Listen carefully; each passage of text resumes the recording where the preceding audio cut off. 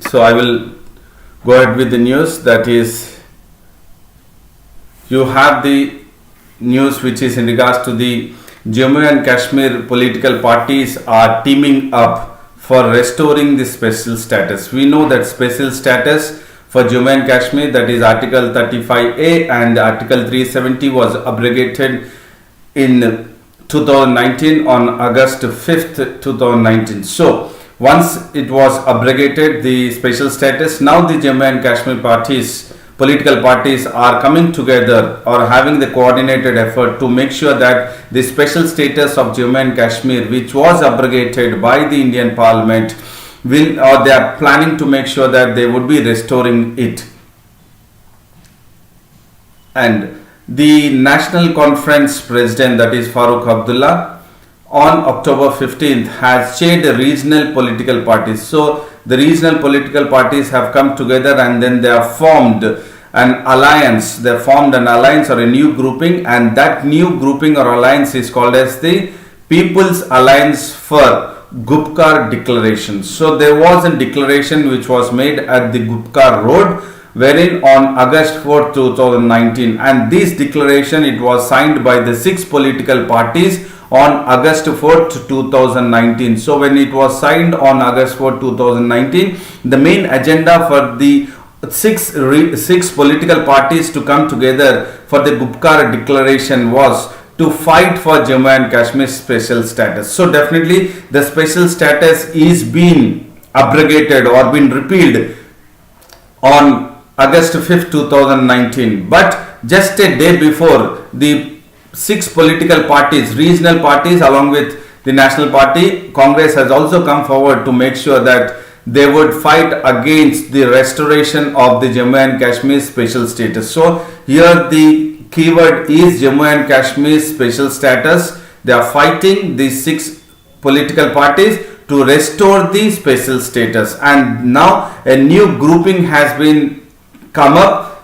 It is called as People's Alliance for Gupkar Declaration, and the motive of this declaration is to make sure that they fight for the restoration of the special status of the Jammu and Kashmir, which was abrogated. And they say that it is a constitutional battle. That is the Jammu and Kashmir political parties, or especially now when we are focusing about in regards to the Jammu and Kashmir, very particular, it is only the Kashmir political parties, not Jammu, but only the Kashmir Valley political parties have come together to fight for the restoration of the special status of the Jammu and Kashmir. And they say that it is a constitutional battle to return all the rights, because they wanted to restore the special status. Once they wanted to restore the special status, they say that they wanted to return all the rights which were earlier prevailing in the Jammu and Kashmir before the abrogation of the Article 370. So they are not just worried about the Jammu and Kashmir or the Kashmir Valley, but they are also worried about the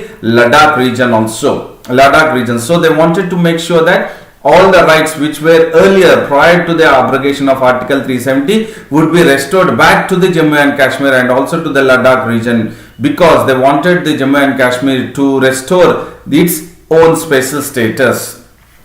And there was a meeting which was held at the residence, that is of the Dr. Abdullah's on the road which he stays, that is called as Gupkar Road. So the Gupkar Declaration is on the name, or it has been come on the name of the Gupkar Road, wherein he stays in Srinagar, and it was attended by the PDP party, that is People's Democratic Party, and the PC, that is People's Conference, who is the head of it is Chief of the PC is Sajat Lone, and then the PDP is Mehbooba Mufti, Sajat Lone, and CPIM leader is MY Tarigami, have joined together to make sure that they would restore back the special status which was abrogated by the Parliament in the year 2019. And I would say very good morning to online classes for Mahesh, Pantangi, D. Suvarna, Naresh Kumar. A warm welcome to you all, and all who are in the live also a warm welcome to you all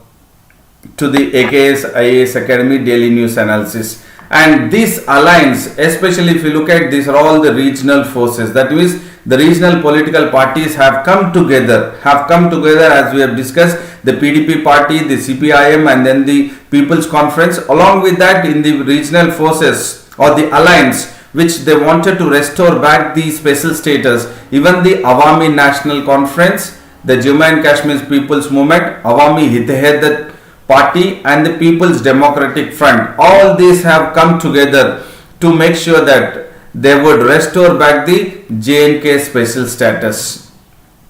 But the Congress leader, or the Congress, that is the heading G.A. Mir, who has headed the Congress party in the Jammu and Kashmir, has not attended the meeting, saying of that he has some kind of medical emergency. And now if you look at Mehbooba Mufti, who was released on October 13th, and she was in detention for almost 14 months, and she was released after 14 months, and she was detained under the Public Safety Act. So this is a keyword under which act the three former chief ministers of Jammu and Kashmir were detained, were under the Public Safety Act. And the last among the three former chief ministers of Jammu and Kashmir who was released was Miss Mehbooba Mufti, and she was released on October 13th, and she was detained under the Public Safety Act. Okay, I will do it. And in its previous hearing, that was on September 29, the Jammu and Kashmir administration was questioned by the Supreme Court. That how long the Jammu and Kashmir administration would have Mehbooba Mufti under detention under the Public Safety Act. And the Supreme Court was on October 15, 2020. That was yesterday. It has closed the petition which was filed by the daughter of Miss Mehbooba Mufti, that is Iltija Mufti. So she has gone ahead with the petition in regards to the habeas corpus in the Supreme Court, saying that her mother and the former Jammu and Kashmir Chief Minister Mehbooba Mufti, she wanted to know the whereabouts and when she will be released. So the Supreme Court in turn has heard to the petition of Iltija Mufti under the writ petition, and has asked the Jammu and Kashmir administration how long it would propose the Mehbooba Muftis under detention in regards to the Public Safety Act. So she was the one who was released the last in the three former Chief Minister of Jammu and Kashmir who were detained. Okay, Reddy Babu asked, sir, can you please repeat once again about the pact and features? Okay, if you look at this, yes, it is in regards to the Gupkar declaration. So when we are talking about this Gupkar declaration, it is on the name of the Gupkar road, wherein Dr. Abdullah stays in a posh area in the Srinagar. So the regional parties have come together, that is the 6 regional parties have come together when on August 4th, and they have come together and they have signed a declaration on August 4th, 2019. So why they have come together to sign the declaration of Gupkar declaration on August 4, 2019? Because they wanted to make sure that they were in the hint of that Jammu and Kashmir would be out of the special status, that is the center would go ahead with the abrogation of Article 370 and 35A, which protects the Jammu and Kashmir, so that they will have a special status in regards to their residency also, and various other privileges were already earlier given to the Jammu and Kashmir before the August 5th, 2019, when the abrogation of Article 370 and 35A has come into existence,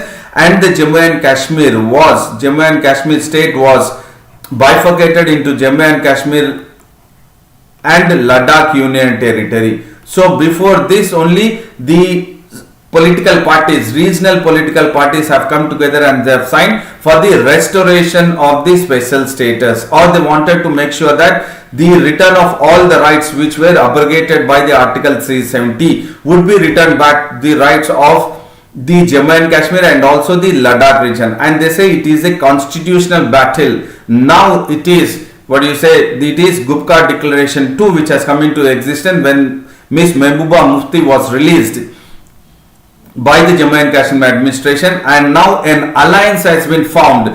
That means the various political parties which were having enmity between them, but now they have come together to make sure that they would restore back the special status of the Jammu and Kashmir, which they were actually availing the special status prior to August 5th 2019. So this was signed on August 4th. So it is called as Gupkar Declaration, Gupkar Declaration 2, Gupkar Declaration 1. Gupkar Declaration 1 is on August 4th 2019, and then you had this Gupkar Declaration 2, that is in the month of this month October. You had it on 15th 2020, and now as per today's news you have an alliance that is called as the People's Alliance for Gupkar Declaration. So you have three phases in this. So first the Gupkar Declaration Agreement, which was signed on August 4, 2019, and later on Gupkar Declaration 2, October 15, 2020, and now the People's Alliance for Gupkar Declaration. A new grouping has been emerged in the consequence of the Gupkar Declaration 1 which was signed on August 4, 2019. So I hope Reddy Babu has understood this. And then Bhargav Swami has joined, Madhu has joined. A warm welcome to both of you. And now we'll look into the GST, that is Goods and Services Tax, wherein we have seen this news. We have been following this news in the AKS IAS Academy Daily News Analysis that Center or the Finance Ministry has asked the states to borrow from the open markets, so that whatever the GST compensation was supposed to be given by the center to the states, wherein the center is unable to have the money or to make sure that they were unable to collect the money, the resources they did not have it because of the COVID-19 pandemic situation. The center has asked the states to make sure that they can borrow from the open market, and that later on the center would again repay or the reimburse the entire GST compensation. But there were states which were very clear that the states were not ready to go ahead with borrowing on its own. Instead, many of the states have agreed that the states would borrow, but there were couple of states which they did not like the kind of methodology which was brought in by the center, by the finance minister, and asking the states to borrow the money for the entire compensation or the gap which was the states were reeling under pressure in regards to the financial pressure. So the states were not ready. The state instead wanted the center, the finance ministry or the center to borrow the money and then give it back to the states. So that was the point. And then center was very reluctant, saying that the states have to borrow it. But on the whole, now the center has ready and it has accepted that it will borrow. Center will borrow for the states and give back the bridge or the amount which is having the gap in regards to the GST compensation, which has to be given back to the states. So the center has appeared to make a departure. So earlier with the kind of scenario, or else the center was asking the states to borrow the money. Now the center has said that okay, fine, now the state should undertake, now the center will come forward and borrow the money and bridge the gap of 1.1 lakh crore of GST compensation for the year 2020 and 2021. So now the stand of the center is just reverse, or it is turnaround what it has said a fortnight ago, and now the center is ready to borrow the money on behalf of the states and then give it back to the states, which the center has to give it back to the states in regards to the GST, compensation. So please do understand here, the important point is, the keyword is GST compensation, and the center has come forward, and now the government of India will now undertake the required borrowings. It will undertake the required borrowing in tranches in the sense different phases, and then it will pass it to the states as back-to-back loans that will reflect on their books. So the center will borrow the money and give it back to the states as back-to-back loans. So this is a keyword, as back-to-back loans in the form of the compensation or the GST compensation, wherein the center has to provide to the states as per the GST law. Please do understand, as per the GST law. Fine.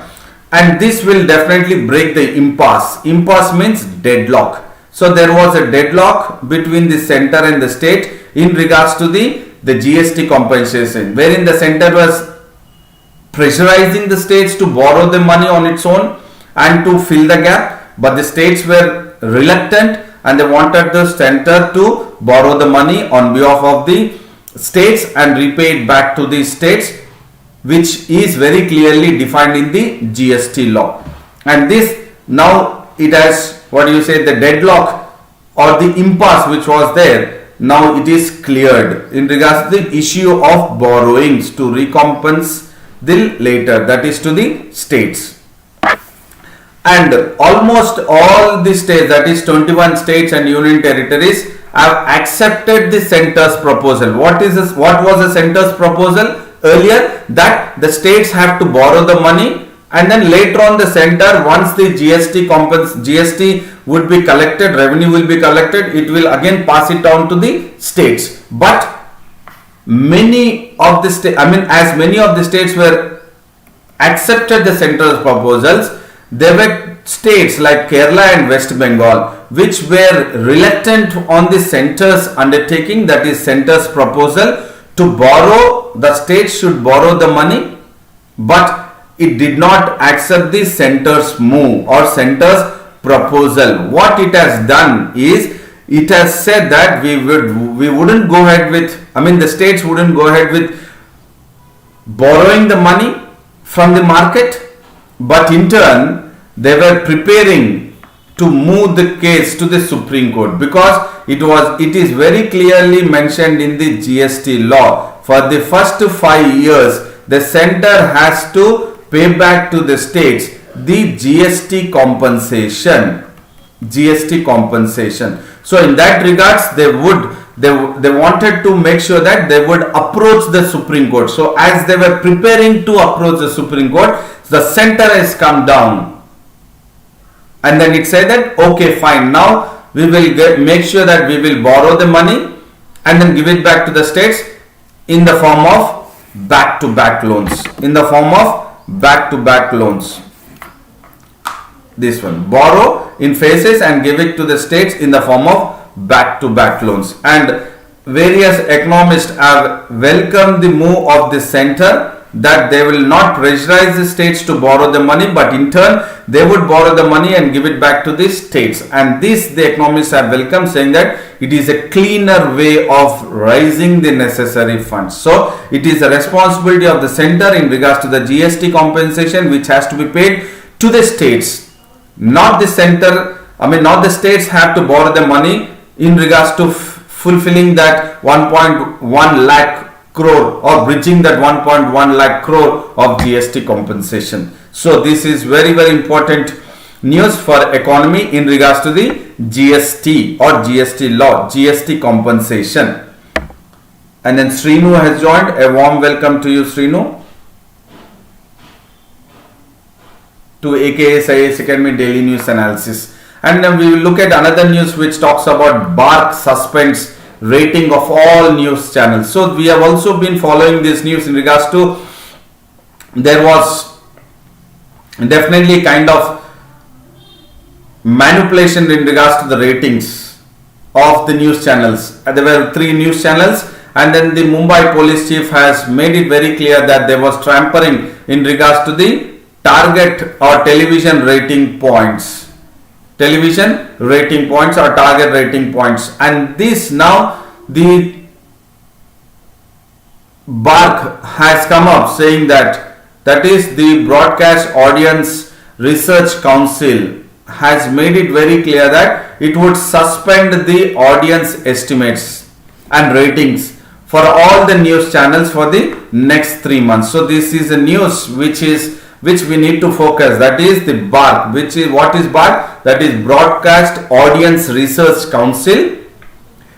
When or else days after the Mumbai police has said that the news channels are going ahead with the tampering of the television rating points by having some kind of racket, providing money 400 to 500 every month to the households, so that they would have their channels on air, so that it would be keeping on, what you say, always on. So that was announced, and then later on the BARC, that is Broadcast Audience Research Council, has suspended all the audience estimates and rating for the next 3 months, and it says that there is a technical committee now, it is reviewing and augmenting the current standards. So it wanted to review and make some changes to the present standards of measuring. So they are very clear that the present standard of measuring the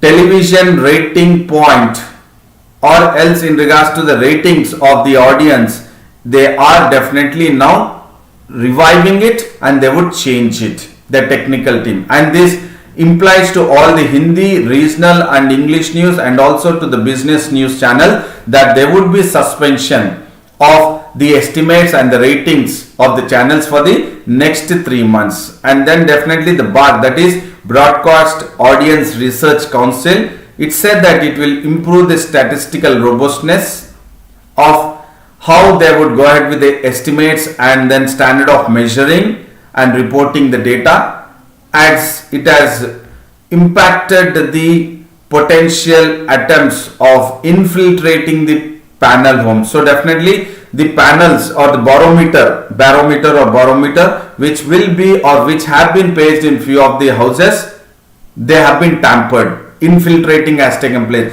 So the BARC will definitely look at the statistical robustness, so that hampering will not take place and infiltrating of the barometer will not take place. So definitely now the BARC is a crucial regulatory body. It will regulate, and it will go ahead with the making sure that for another 3 months there will not be any kind of audience estimates and ratings.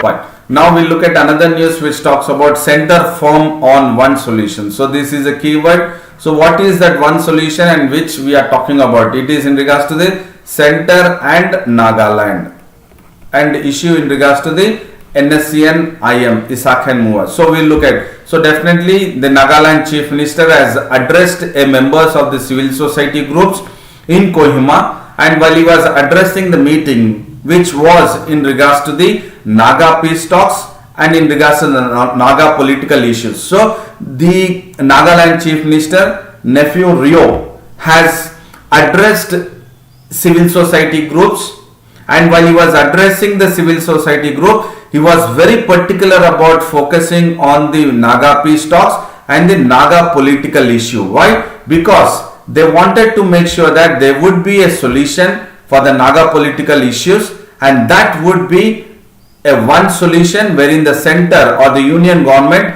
is wanting to send a message to the NSCN or the Naga political groups or the Naga peace talks, wherein there are various groups which are combined, joined, wherein they wanted to make sure that there is solution to the entire issue, which almost since 1918 the issue is going on, since 1918 to 2020. So it is almost close to 102 years of Naga struggle which is going on in the Nagaland. So Nagaland Chief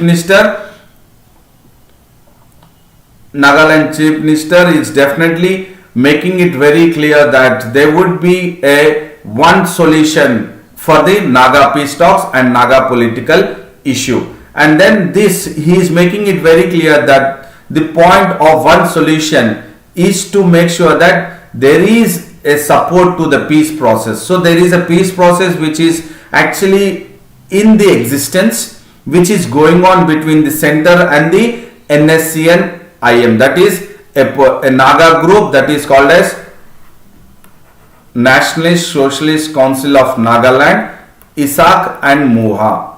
It is the name of the two person, a group which has been divided from NSCN to NSCN IM, and you have another group called as NSCN K Kaplang. So it is the groups which the Nagaland Chief Minister is making it very clear that there would be a solution for the peace process, and this solution is to strengthen the negotiations. So certainly there are negotiations which are going ahead with in regards to the few organizations or the groups, and this will facilitate a journey towards one solution at the earliest time. So here the Nagaland Chief Minister is pitching in, or he has come into the entire scenario of the Naga peace talks and the Naga political issues, and then he is making it very clear that there is only one solution. So here the keywords are one solution, Naga peace talks and Naga political issues. And then definitely the Naga talks have been taken up, and then since 2015 the peace talks have been taken up between the NSC and IM, and then the union government, that is the center, but it has hit a roadblock in the sense there was some kind of hindrance or a kind of hurdle in the month of August 2020, wherein NSC and IM leaders, that is Nationalist Socialist Council of Nagaland, Isak and Moa, they have refused to hold any dialogue with R.N. Ravi. He is the governor, Nagaland governor. So he was the one who was the interlocutor, or he was the one who was mediating between the NSC and IM and the center when he was not the Nagaland governor. He was a mediator, and now he is the Nagaland governor. So definitely there is a roadblock between the NSC and IM and the Nagaland governor, because we have seen in the past Nagaland governor has written a letter to the Nagaland Chief Minister saying that the NSC and IM and various political groups are creating a problem to the Nagaland government, or else they are running a parallel government to the Nagaland government. And few of the families, he has written a letter, Nagaland governor has also written a letter to the Nagaland Chief Minister to find out whether how many government officials are having their friends in the NSC and IM or various other groups. So this has created a rift between the NSC and IM and the R.N. Ravi, the Nagaland governor. That is why there is a roadblock to the peace process. And then a team of Intelligence Bureau officials were deputed. So when there was a roadblock, or when there was NSC and IM is not happy with the way the letter which was written by the Nagaland governor R.N. Ravi to the Nagaland Chief Minister. So later on what has happened is the Intelligence Bureau officials have been deputed to continue the discussions with the NSC and IM. So look at it, the center is very firm in regards to the peace process should continue. There should not be any kind of rift or roadblock to the peace process which has been taken up by the center and the NSC and IM in the year 2015. And if you look at the Congress and the Naga People's Front have boycotted the meeting, and in turn the Congress had demanded the Chief Ministers to step down, wherein there is almost an agreement which is coming at the final situation. At this situation, the Nagaland Chief Minister is himself acting as an obstacle for the solution in regards to the Naga peace process. So here the point is in regards to the one solution, Naga peace talks, Naga political issues, and then Intelligence Bureau officials are continuing the discussion with the NSC and IM, and the interlocutor of the Nagaland governor is R.N. Ravi. And then there is another news which talks about PM seeks scaling of zero survey and testing. So these are the two keywords which you need to focus, that is in regards to the what our Prime Minister Narendra Modi has mentioned about there has to be increase. Scaling up means, what do you mean by scaling up? Scaling up is increase of the zero surveys and the testing process in regards to the COVID-19 pandemic situation. So our Prime Minister Narendra Modi has chaired a meeting. He has chaired a meeting, and that meeting was in regards to the research and vaccine development ecosystem. So this is a key phrase which you need to focus. So what is the meeting which our Prime Minister Narendra Modi has chaired is research and vaccine deployment ecosystem. So there is an ecosystem wherein the country wants to come up with. It is in regards to the research and vaccine deployment. Research and vaccine deployment ecosystem. It is in regards to, or it is against the COVID-19 pandemic situation. So when we are talking about the research and vaccine deployment ecosystem, it includes testing technologies, it includes contact tracing and drugs and therapeutics. So definitely it is the technologies which the research and vaccine deployment ecosystem will be focusing on. It will be focusing on the contact tracing. That means who is the one from where the virus is actually spreading. So from which person the virus is spreading, and then it is multiplying. So contact tracing will be taken into consideration, and also the drugs and therapeutics. Which are the drugs which are actually getting into the mode of the phase 2 and phase 3 trials, which can be used for the, or can be administered for the patients or the COVID-19 infected patients. And during the meeting, the Prime Minister Narendra Modi has called for continued vigilance. He wanted vigilance, continued vigilance, and states have to be prepared. High state of preparedness. Entire country has to be ready to for the prepared, highly prepared for the pandemic situation. And then he has made it very clear that the sero survey and the testing must be increased, scaled up, must be increased. And this is what is very clearly mentioned in the meeting, which was in regards to research and vaccine deployment ecosystem.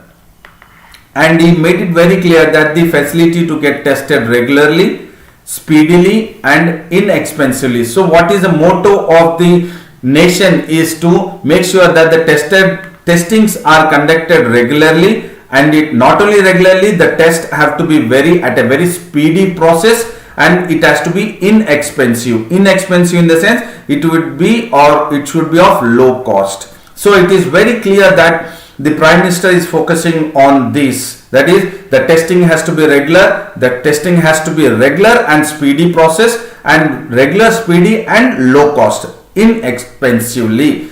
And these are all at the earliest he is expecting that. So we have seen various keywords here, that is testing technology, contact tracing, drugs and therapeutics, continued vigilance, high state of preparedness, regularly, speedily and inexpensively. And the main important is the meeting is on the research and vaccine deployment ecosystem. So these are all the keywords and the key phrases which you can put it in your answer as a short notes. Because we are talking about now the post, or else once this SARS-CoV-2 as infected, now we are looking at the research and vaccine deployment. So we are worried about the vaccine research and the vaccine which will be deployed, and that should be deployment should be in a ecosystem manner. And he has also focused not only in regards to India, but the kind of approach what India is actually taking up should be benefited to the entire world. So it should be a global solution. So look at it, the way the Prime Minister Narendra Modi in the meeting, when he was talking about in regards to the research and vaccine deployment ecosystem, he is focusing not only on India but also in regards to the entire world. So that he is making it very clear that India is a global leader, emerging as a global leader. It is also wanting to prove that into the entire world, that he is sending a message that we are ready to lead. We are ready to lead. So definitely it is a kind of positive sign. So he has reiterated, our Prime Minister has reiterated that countries resolve to provide cost effective, that is low cost, easily available vaccine and scalable solution. That means solutions for what? For testing, vaccine and medication, which is not only for India but for the entire world. So look at it, the way the Prime Minister is focusing or sending a message that India is definitely not only thinking about itself, but it is also focusing in regards to the welfare of the entire world. And the Prime Minister has also took stock of the Health Ministry's comprehensive distribution and delivery mechanism for vaccines. So he has looked at the distribution and delivery mechanism for the vaccines. So once the vaccines comes into action, that is which he has spoken in regards to the research and vaccine deployment ecosystem. Research and vaccine deployment ecosystem, a meeting on this. So when he has focused on this, so definitely it is in regards to the vaccine. So he is very much clear about how the health ministry is looking into the comprehensive or else complete distribution and delivery mechanism. So it is distribution and delivery mechanism. So this is the keyword again, distribution and delivery mechanism in regards to what? In regards to vaccine. So he is taking a stock. That means he is very clearly watching how the health ministry is also looking or focusing on the distribution and delivery mechanism of the vaccine. So he is also focusing the mechanism in regards to the adequate procurement. That means how the health ministry will procure in the sense how it will accept, and then it will have various technologies and the stockpiling. That means how it will store the procurement, that is the vaccines, especially the filling the vials, that is the one vaccine which is used for distribution and for the effective delivery. So distribution and delivery is the keywords here, effective delivery. So here the keywords have to be taken into consideration, that is the research and vaccine deployment ecosystem, and then in regards to the comprehensive distribution and delivery mechanism, that is distribution and delivery mechanism has to be focused while you are preparing for the prelims point of view. And then Gaulika Naresh has also joined. A warm welcome to you, Naresh, to AKS IAS Academy Daily News Analysis. And you have another news which talks about latest stimulus. So we have that the Prime Minister in the month of April has come up with the economic stimulus package, and later on again we have seen just this week on Monday we have seen a mini stimulus package again from the finance minister. So a stimulus package was make sure that there would be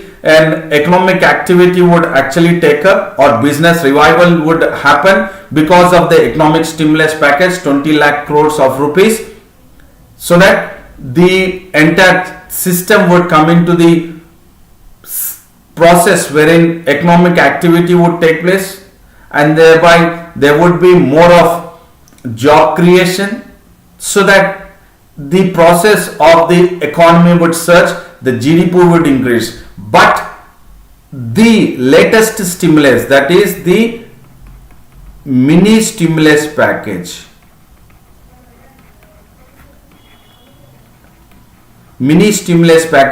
which has been taken up by the finance ministry, has made it very clear by the rating agency. So you have the rating agency, that is Moody's Investors Service. So this Moody's Investors Service has made it very clear that the latest fiscal stimulus measure taken up by the finance ministry will have a very minimal impact on the India's growth prospects. So the impact of this mini stimulus package as per the rating agency, that is Moody's Investors Service, will not have a maximum impact on the India's growth prospects, but it will have a very minimal impact. It will have a very minimal impact on the growth or India's growth prospects. So look at it, what it says, that the kind of stimulus package is not sufficient. That is what the rating agency Moody's Investors Service is making it very clear. And they say that this is of a very small scale. This is of a very small scale, and it is actually a credit negative, as it reflects the country's limited budgetary fireworks. So the rating agency says that the stimulus package or the mini stimulus package by the finance ministry has a minimal impact, on the India's growth prospect, as it is a very small scale, and it reflects the limited budgetary fireworks. So look at it, it is reflecting the country's budget. That is what rating agency says to support the economy. So it is having, country is having very limited budgetary firework to support the economy, which has been stringed because of the COVID-19 pandemic situation. So we have seen this week, on Monday itself, we have seen that finance minister has come up various announcement. It has come up in regards to the leave travel cash voucher scheme. Fine. And it has also come up with the interest free festival advance.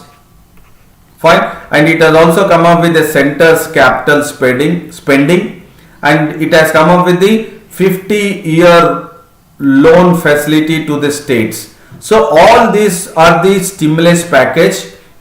All these are the stimulus package or the milli stimulus package, but these all are not really having a greater impact on the India's growth prospect, because it is of a very small scale and it reflects the country's very limited budgetary what it has, and that to support the economy. So the recent announcement made by the finance minister Nirmala Sitharaman of the leave travel cash voucher scheme and interest free festival advance of 10,000 rupees and the center's capital spending of 25,000 crore, and then 50-year loan facility which the states can go ahead of 12,000 crores of rupees is 50-year loan facility. All those, as per the Moody's Investor Service, which is a rating agency, it says that it will have a very minimal impact on the India's growth prospects. And the Moody's also, that is a rating agency, has made it very clear that the India's GDP has negative 11.5%. So now the India's GDP is 11.5%, so that it is only 0.5% of the GDP gain expected by the government with the stimulus package. So the four what we have looked at in regards to the leave travel cash voucher scheme, interest free festival advance, and then in regards to the center's capital spending and 50-year loan, all these provided, that is 25,000 crore, 12,000 crore and LTC voucher, festival advance of 10,000, all these put together, it will have a minimal impact of only 0.5% it will add to the GDP, which the government has come up with the mini stimulus package or a measure. Will provide only a small boost. What this is what the Moody's are talking about. So definitely this is a point wherein we need to focus how much the economic stimulus package and how it is impacting to the positive trend of or adding value to the GDP in a positive trend. So here it is just 0.5%, and the average fiscal stimulus which the International Monetary Fund has taken the data, and as per the data of the IMF, when looked at the 13 BAA rated nations, B, so you have A, B, so A, and then you have A, and then BAA, all this. So if you look at 13 BAA rated nations, so there are nations which are been rated in regards to the fiscal stimulus, in regards to their economy or GDP. So if we focus in regards to that, when the IMF has considered 13 nations which are rated BAA, so in regards to this, the average fiscal stimulus has been calculated, and while calculating this fiscal stimulus by the IMF and again by Moody's, as per the Moody's rating agency, India is rating now 3AA3 negative. So this is the keyword here. So what is the rating as per the IMF fiscal stimulus calculations which have been taken into consideration database? So India is now BAA3 negative, and following a downgrade this June, which we had BAA2 negative. From in the month of June it was BAA2, and now in the month of October, now it is BAA3. So it has downgraded, it has fallen down from comparing it to the month of June. So you have the rating, please do understand this is the ratings. You have A and B. So India is rating amongst the Baa3 as per the Moody's rating. So definitely I hope these were all very important. And now we'll recapitulate. Here it is in regards to the declaration, Gopkar declaration, or else you have the alliance itself here now, that is in regards to the restoring the special status of Jammu and Kashmir. The regional parties have come together, and here this is in regards to the GST. Now the center has agreed to borrow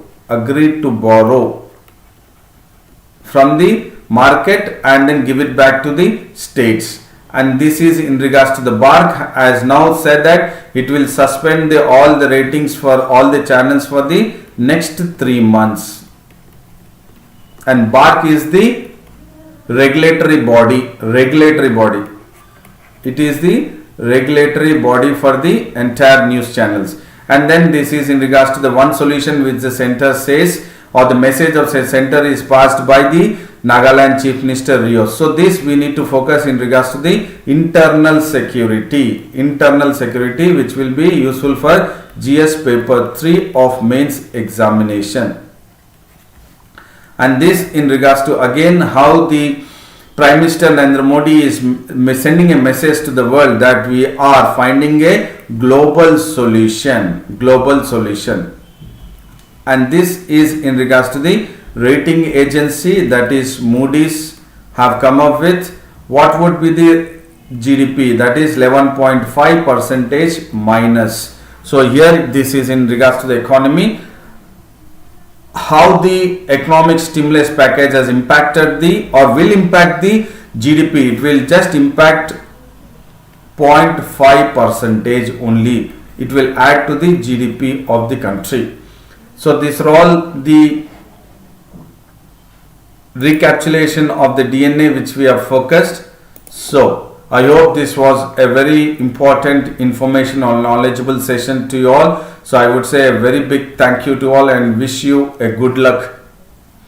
And then do like the video, share the video and subscribe the video, and also make sure that you would subscribe the Telegram link of AKS IAS Academy, and also approach the website of AKS IAS Academy. And then I would come up with the daily news analysis tomorrow again. And then I would say do maintain consistency and then stick to your schedule, and then do take care of your physical health and mental health. And I would apologize to everyone. G Srinu has joined. Okay, class timing. Okay, Srinu is asking class timing. It is from 7:30, morning 7:30. Srinu, morning 7:30 we would start the session. And 2 days I haven't taken the class, that is the daily news analysis at AKS IAS Academy, because of the incessant or the cloud burst which has taken place across Telangana and especially in Hyderabad. So because of that there was disruption in regards to the electricity and also the internet connections. So thereby I could not take up or continue the classes last 2 days, that is 13th and 14th. So I am sorry, I apologize for not taking the class, but I was forced to because there was disruption in regards to the electricity, power and the internet. But or else I would definitely make sure that there would not be any kind of gap in our AKS IAS Academy daily news analysis. So see you tomorrow at 7:30 AM for the DNA at AKS IAS Academy. Thank you very much.